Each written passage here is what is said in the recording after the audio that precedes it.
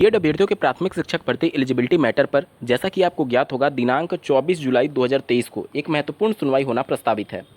बहुत सारे अभ्यर्थी इस बात को लेकर के कन्फ्यूजन में हैं कि चूंकि पहले ही माननीय सुप्रीम कोर्ट के द्वारा फैसले को रिजर्व कर लिया गया है 12 जनवरी 2023 को, तो फिर अब उस फैसले को डिलीवर करने के बजाय ये नई सुनवाई किस प्रकार से हो रही है। आखिर बीएड की पात्रता से संबंधित जब फैसला रिजर्व हो गया है तो फिर नया सुनवाई क्यों हो रहा है, इसके रिगार्डिंग इस वीडियो में डिटेल में बात करेंगे। अंत तक जुड़े रहिएगा। नमस्कार दोस्तों, मेरा नाम है नीरज और आप देख रहे हैं कैरियर बिट यूट्यूब चैनल। अगर आप इस चैनल पर पहली बार विजिट कर रहे हैं तो इसको सब्सक्राइब करते हुए बेल आइकन को प्रेस करना ना भूलें। जैसा कि आपको ज्ञात होगा ये मामला राजस्थान से उठा था। राजस्थान में रीट 2021 वाले मामले में माननीय जोधपुर हाईकोर्ट ने बीएड अभ्यर्थियों के एलिजिबिलिटी मैटर पर फैसला सुनाते हुए 28 जून 2018 का जो नोटिफिकेशन था उसको अवैध पाया और उसको पूरी तरीके से रद्द कर दिया। रीट 2021 वाले मामले को लेकर के अभ्यर्थी माननीय सुप्रीम कोर्ट चले गए, जहां पर उन्होंने ये मांग की माननीय सुप्रीम कोर्ट से कि आप माननीय जोधपुर का जो हाईकोर्ट का फैसला है जिसके आधार पर जो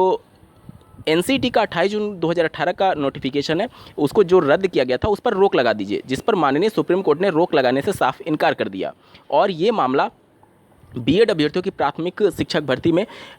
उस सुनवाई के दौरान उत्तर प्रदेश का भी जिक्र हुआ, जो कि 69,000 सहायक अध्यापकों की भर्ती से डायरेक्टली जुड़ा हुआ मामला था, क्योंकि उत्तर प्रदेश में पहले ही एक भर्ती हो चुकी है जिसमें बीएड अभ्यर्थियों को शामिल किया गया 69,000 को लेकर के। इसके अलावा अन्य राज्यों में भी भर्तियां हो चुकी हैं, जैसे बिहार में, जिसमें 6th फेज में बीएड अभ्यर्थियों को शामिल करते हुए भर्ती कंप्लीट करा दी गई है। इन सभी बातों पर चर्चा हुआ और माननीय सुप्रीम कोर्ट ने अंतिम रूप से 12 जनवरी 2023 को सुनवाई करते हुए फैसले को रिजर्व कर लिया था। अब चूंकि ये रीट 2021 के मामले में फिर से अभ्यर्थी कोर्ट चले गए कि आप फैसले को सुरक्षित कर चुके हैं, ठीक है, लेकिन एटलीस्ट रिजल्ट तो जारी कर दीजिए, क्योंकि रीट 2021 में अभ्यर्थी जो थे, बीएड अभ्यर्थी जो थे, वह उस परीक्षा में सम्मिलित हुए थे। और चूंकि माननीय जोधपुर हाईकोर्ट ने जो एनसीटी का नोटिफिकेशन था उसको रद्द कर दिया, तो उनके रिजल्ट पर ही रोक लगा दिया गया था, तो वो मामला अलग चल रहा है। इसके अलावा रीट 2021 के बाद से रीट 2022 की परीक्षा के लिए जब नोटिफिकेशन निकाला गया उस समय भी एक मामला माननीय कोर्ट में गया था, जहां पर अभ्यर्थियों ने ये मांग की थी कि आप जो बीएड का फैसला होगा उसके अधीन रीट 2022 में बीएड अभ्यर्थियों को शामिल कराइए, एटलीस्ट हमें आवेदन करने का मौका दीजिए। तो वहाँ पर भी माननीय सुप्रीम कोर्ट ने साफ शब्दों में इनकार कर दिया कि हम मौका नहीं देंगे जब तक कि फाइनल कोई डिसीजन नहीं आ जाता। अब रीट 2023 को लेकर भी चर्चा चल रही है और जैसा कि आपको ज्ञात होगा राजस्थान में एक बड़ी शिक्षक भर्ती का फिर से विज्ञापन आने वाला है। इसी मामले को लेकर के अभ्यर्थी फिर से माननीय सुप्रीम पहले माननीय वहाँ पर हाईकोर्ट का दरवाजा खटखटाया। माननीय हाईकोर्ट ने राहत देने से जब इनकार कर दिया तो अभ्यर्थियों ने माननीय सुप्रीम कोर्ट का दरवाजा खटखटाया। उसमें उन्होंने ये मांग की कि जो फैसला रिजर्व किया गया है वह चूंकि काफ़ी लंबे समय से पेंडिंग में, लगभग 6 महीने से ज़्यादा का वक्त हो चुका है, तो एटलीस्ट आप अभ्यर्थियों को रीट 2023 में आवेदन करने का मौका दीजिए और उनको परीक्षा में शामिल कराइए। और जो भी फैसला बीएड अभ्यर्थियों की एलिजिबिलिटी से संबंधित आएगा उसके अधीन इसको कर दीजिएगा, यानी कि अगर उनके अगेंस्ट में फैसला आता है तो भविष्य में जाकर के इनको बाहर निकालने की प्रोसेस को स्टार्ट कर दीजिएगा, जिस पर अभी तक माननीय सुप्रीम कोर्ट ने कोई भी डिसीजन नहीं दिया है। और इसी मामले की सुनवाई पहले 17 जुलाई 2023 को होना प्रस्तावित था और अब 24 जुलाई 2023 को होने जा रही है। कहने का मतलब ये है कि चूंकि 6 महीने से पहले जो सुनवाई होने के बाद से जो फैसला रिजर्व कर लिया गया है उसके बाद भी तो रीट की परीक्षाएं हो रही हैं, उसके बाद भी तो शिक्षक भर्ती आ रही है, तो एटलीस्ट राजस्थान में जो नोटिफिकेशन को रद्द किया गया, अब चूंकि वहाँ की जो राज्य सरकार है वो नोटिफिकेशन को हाईकोर्ट ने जो रद्द कर दिया उसको फॉलो कर रही है। और अन्य राज्यों में आप देखेंगे जैसे कि बिहार हो गया, पश्चिम बंगाल हो गया,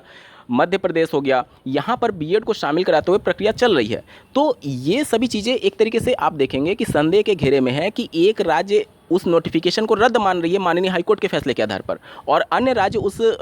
जो नोटिफिकेशन था 28 जून 2018 का उसको अभी तक वैलिड मानते हुए भर्ती प्रक्रिया को आगे बढ़ा रही है। जैसे केवीएस को देख लीजिए, तो उनका रिजल्ट इसी वजह से पेंडिंग है क्योंकि माननीय सुप्रीम कोर्ट का रिजल्ट अभी अवेटेड है। तो इन सब को लेकर के माननीय सुप्रीम कोर्ट अभी अपना स्टैंड क्लियर नहीं की है कि बीएड अभ्यर्थी पात्र होंगे या नहीं, और जो फैसला आने वाला है वो अलग चीज़ है और ये जो सुनवाई हो रही है वो अलग चीज़ है। लेकिन ये डायरेक्टली उससे कनेक्टेड है। क्यों? क्योंकि जब सुनवाई होगी तो माननीय सुप्रीम कोर्ट इस मैटर की जो सुनवाई कर चुके हैं उनको ये सभी चीज़ों के बारे में पहले से पता है, तो वो एटलीस्ट इस बात पर चर्चा कर लेंगे कि हम अपने डिसीजन को कब तक डिलीवर कर देंगे। तो इसलिए उससे जोड़ करके एक अहम कड़ी माना जा रहा है कि चूंकि ये डायरेक्टली उसी मैटर से जुड़ा हुआ मामला है जो आने वाली शिक्षक भर्ती या फिर रीट की परीक्षाएं हैं उनमें शामिल कराने का मामला है, तो तो इस पर माननीय सुप्रीम कोर्ट पर एक मनोवैज्ञानिक एक तरीके से आप कह सकते हैं कि दबाव पड़ेगा कि हाँ, अन्य भर्तियां भी इसकी वजह से पेंडिंग में है, इस वजह से डिलीवर जल्दी कर दिया जाए फैसले को। इससे ज़्यादा इसका कोई मतलब नहीं है, क्योंकि जो फैसला आना है वो तो पहले ही रिजर्व हो चुका है। वो फैसले को माननीय सुप्रीम कोर्ट जो भी उनके मतलब जो भी तर्क वितर्क होगा वकीलों के द्वारा दिया गया, उसके हिसाब से उन्होंने अपने फैसला को एक तरीके से सुरक्षित कर लिया, और उनको ये भी ज्ञात होगा कि हमें फैसला क्या डिलीवर करना है, और वो फैसले की प्रोसेसिंग भी चल रही होगी। लेकिन ये जो मामला है ये अलग है, ये रीट से संबंधित मामला है, जो कि आने वाले 2023 में होने वाली है, और जो शिक्षक भर्ती वहाँ पर होने वाली है। तो इन सबको,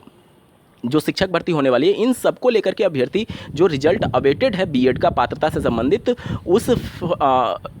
एक तरीके से 6 महीने का ज़्यादा का वक्त हो चुका है, इसलिए अभ्यर्थी रिक्वेस्ट कर रहे हैं कि वो फैसला जब आएगा तो उसके अधीन कर दीजिएगा, एटलीस्ट हमें रीट 2023 और शिक्षक भर्ती 2023 में शामिल होने का मौका दे दीजिए। ये मामला है, यानी ये मामला अलग है और फैसला जो पहले सुरक्षित हो चुका है वो अलग है, ठीक है। और अब अभ्यर्थियों के द्वारा जो रिक्वेस्ट की जा रही है कि एटलीस्ट हमें मान्य करिए, भले ही हमारे अगेंस्ट में फैसला आता है तो हमें बाद में बाहर कर दीजिएगा। लेकिन माननीय सुप्रीम कोर्ट के भी संज्ञान में है कि इस प्रकार की जो भर्तियाँ कंप्लीट हो जाती हैं उनमें सिस्टम से फिर से बाहर करना बहुत मुश्किल होता है, और कहीं ना कहीं इस प्रकार के मामले में अधिकांश केसेस में ये देखा गया है कि राज्य सरकार को पॉलिसी बना करके उनको फिर से समायोजित करने के आदेश दे दिए जाते हैं। जैसे कि आप उत्तर प्रदेश का ही अभी हाल ही का मामला ले लीजिए। 69,000 सहायक अध्यापकों की भर्ती में माननीय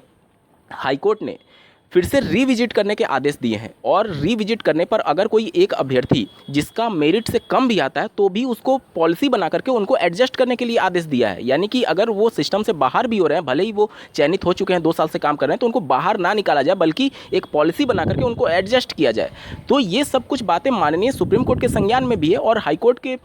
इस प्रकार के कई फैसले हो चुके हैं, जो कि भले ही उनका चयन गलत तरीके से क्यों ना हुआ हो, उनको सिस्टम से बाहर निकालना बहुत मुश्किल हो जाता है। इस वजह से माननीय सुप्रीम कोर्ट अभी तक रीट के संबंध में या फिर बीएड अभ्यर्थियों के संदर्भ में इस प्रकार का कोई फैसला देने से बच रही है कि बाद में फैसले आने के बाद से इनको सिस्टम से बाहर किया जाए, क्योंकि उस समय ये सभी चीज़ें बहुत मुश्किल हो जाती हैं, और इसलिए माननीय सुप्रीम कोर्ट ने अभी तक कोई भी राहत नहीं दिया है। और इस वजह से 24 जुलाई 2023 का जो सुनवाई होना है उसमें बहुत अहम कड़ी मानी जा रही है, क्योंकि एटलीस्ट वहाँ पर जब हियरिंग हो रही होगी तो ये बातें निकल करके आ सकती हैं कि हम अपने फैसले को कब तक डिलीवर कर देंगे। हालांकि यहाँ पर मैं बिल्कुल क्लियर कर दूँ कि माननीय सुप्रीम कोर्ट एक स्वायत्त संस्था है, और उस पर किसी भी प्रकार का कोई भी दबाव नहीं है